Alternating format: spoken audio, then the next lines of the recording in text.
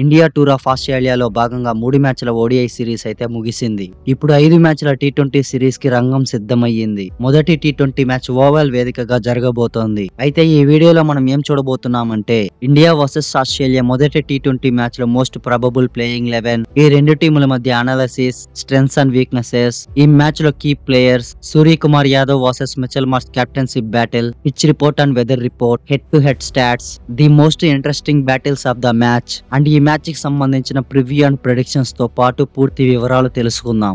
ODI series లో అయితే మన టీమిండియా 2-1తో ఓటమి చెవి చూసింది. ఎలాగైనా ఈ సిరీస్ లో గెలవాలనే ఉద్దేశంలో టీమిండియా ఒకవైపు, మరోవైపు సొంత గడ్డపై గెలవాలనే ఉద్దేశంలో ఆస్ట్రేలియా ఒకవైపు.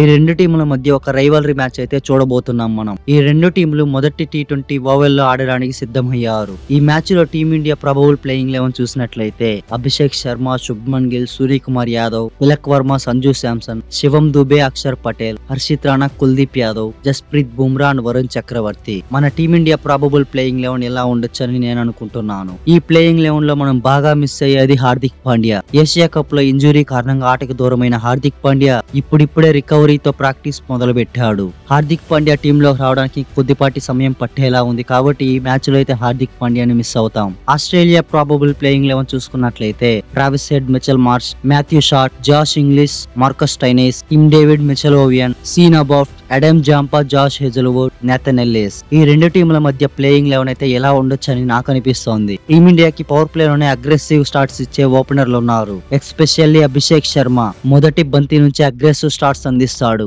ఈ మ్యాచ్ లో కూడా అభిషేక్ శర్మ పవర్ ప్లే మొత్తం ఆడాడంటే ఖచ్చితంగా టీమిండియాకి మంచి స్టార్ట్ అయితే దొరుకుతుందని చెప్పుకోవచ్చు. ఈ మ్యాచ్ లో అయితే అభిషేక్ శర్మ కీ ప్లేయర్ అని చెప్పుకోవచ్చు. ఆస్ట్రేలియా ఓపెనర్లు Travis Head and Mitchell Marshal కూడా చాలా అగ్రెసివ్ బ్యాటర్లు. వీళ్ళు కూడా చాలా మంచి స్టార్ట్ అయితే ఇస్తారు. బుమ్రా పవర్ ప్లే లో రన్స్ కట్టడి చేసి వికెట్లు తీశాడంటే టీమిండియాది ఈ మ్యాచ్ లో పై చేయి అయ్యే అవకాశం చాలా ఉంది. Australia pace bowler Josh Hazlewood గాన వికెట్లు పడగొడితే ఆస్ట్రేలియాది పై చేయి అయ్యే అవకాశం ఉంది. ఆస్ట్రేలియాకి జాష్ హెజల్వుడ్ కీ ప్లేయర్ అని చెప్పుకోవచ్చు.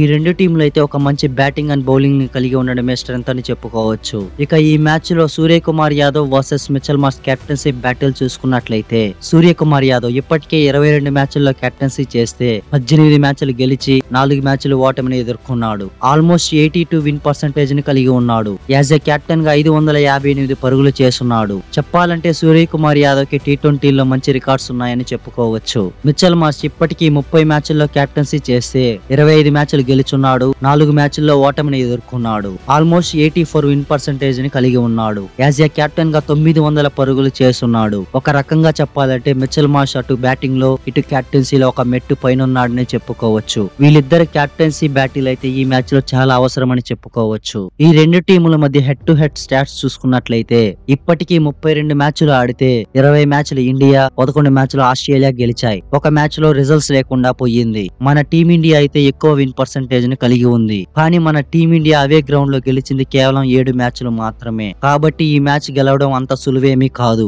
ఎంతో పోరాటం చేయాలి. ఈ రెండు టీముల మధ్య ఒక మంచి రైవలరీ మ్యాచ్ అయితే మనం చూడబోతున్నాం. ఇక ఈ మ్యాచ్ లో మనం చూడబోయే టాప్ ఇంట్రెస్టింగ్ బ్యాటిల్స్ చూసినట్లయితే Abhishek Sharma versus Josh Hazlewood. Abhishek Sharma opening లో వచ్చి ఇండియాకి అద్భుతమైన స్టార్ట్స్ అందిస్తాడు. టీ20లో నంబర్ 1 బ్యాటర్. ఏషియా కప్ లో అభిషేక్ శర్మ ఇచ్చే స్టార్ట్స్ కి టీమిండియా ఏకంగా ఫైనల్లో కప్పే గెలిచేసిందని చెప్పుకోవచ్చు. అభిషేక్ శర్మ పవర్ ప్లే లోనే రప్ప బ్యాటింగ్ చేస్తూ ఉంటాడు. కానీ జాష్ హెజల్వుడ్ మాత్రం ఎంతటి బ్యాటర్ అయినా పడగొట్టే సత్తా కలిగిన బౌలర్. తన పేస్ తో తన బౌన్స్ తో బ్యాటర్లని వణికించగల బౌలర్. వీళ్ళిద్దరి మధ్య బ్యాటిల్ అయితే ఒక ఇంట్రెస్టింగ్ కాంటెస్ట్ అని చెప్పుకోవచ్చు. మరొక ఇంట్రెస్టింగ్ బ్యాటిల్ చూసినట్లయితే శివం దుబే వర్సెస్ అడమ్ జాంపా. శివం దుబే స్పిన్నర్లని వాయించగలడు. అడమ్ జాంపా తన రిస్ట్ స్పిన్ తో అదరగొట్టగలడు. వీళ్ళిద్దరి మధ్య ఒక ఇంట్రెస్టింగ్ కాంటెస్ట్ అయితే ఉంటుందని చెప్పుకోవచ్చు. And finally Travis head versus Bumrah. Travis head India అంటే పూనకాలు వచ్చినట్టు ఆడతాడు. కానీ బుమ్రా మాత్రం తన పేస్ తో యార్కర్లతో వణికించగలడు. బుమ్రా వేసే యార్కర్లకి, ఇన్ స్వింగర్లకి తట్టుకొని ఆడడం ట్రావిస్ వల్ల అవుతుందా లేదా అనేది చూడాలి. సో వీళ్ళిద్దరి మధ్య కూడా ఒక ఇంట్రెస్టింగ్ కాంటెస్ట్ అయితే ఉంటుందని చెప్పుకోవచ్చు.